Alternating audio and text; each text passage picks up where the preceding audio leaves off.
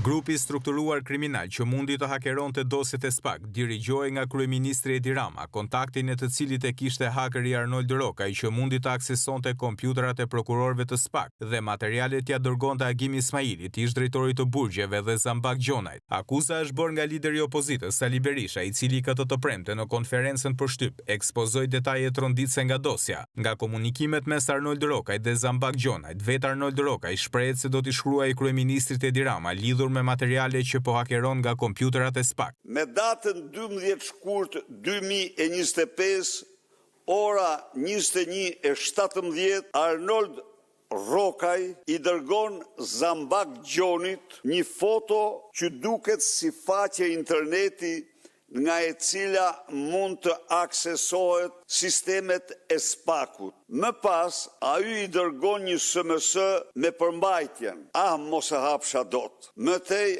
Arnold Rokaj i dërgon sërish një SMS Zambak Gjonit. Se do t'i shkruaj Rams, hajt kja u bëjmë ropt. Arnold Rokaj e kishte numrin e Ram. Dhe Arnold Rokaj, sa po të hapte faqen, do t'i dërgonte Rams të dhanat e faqes, hajt që bëjmë këtë dhe atë me gjuhën e lubis.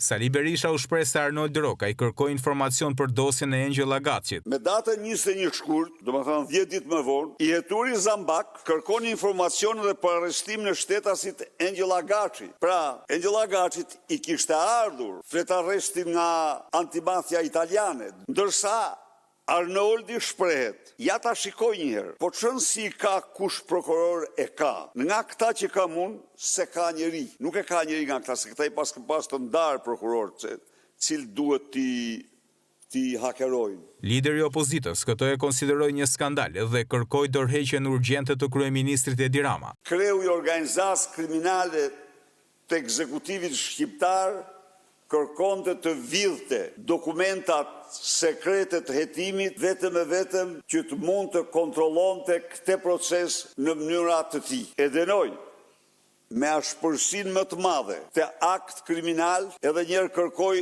largimin e njëhershëm nga detyra e kryeministrit, sikundër u bëj thirrje shqiptarëve të marrin në dorë fatet e ligjit dhe kushtetutës në këtë vend. Kryetari i Partisë Demokratike u pyet dhe për vendimin e gjykatës kushtetuese që i cilësoi antikushtetuese vendimet e GKK, apelit të posaçëm dhe gjykatës së lartë që kanë lejuar vijimin e masës arrest në shtëpi ndaj Sali Berishës, duke konstatuar mungesë arsyetimi dhe shkelje të parimit të proporcionalitetit në kufizimin e lirisë personale. Sali Berisha argumentoi se gjykata kushtetuese po sillet si seksioni i Partisë Socialiste që nuk operon në bazë të ligjit, por në bazë të urdhrave. Asnjë fjalë për këtë rast, sepse kjo gjykatë nuk ka lidhje me ligjin, por me urdhra. 8 muaj ju deshën gjykatës për shqyrtimin e kërkesës për diligjencën 4.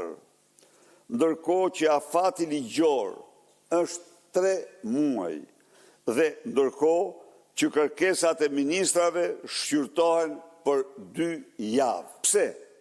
Sepse për këtë gjykat, organizat të Partisë së Krimit, opozita është armike. Ndërkohë Berisha u pyet dhe për nisjen e sesionit të ri parlamentar, ku theksoi se parlamenti është marrë peng nga Edi Rama dhe është bërë mburoje e aferave të tij.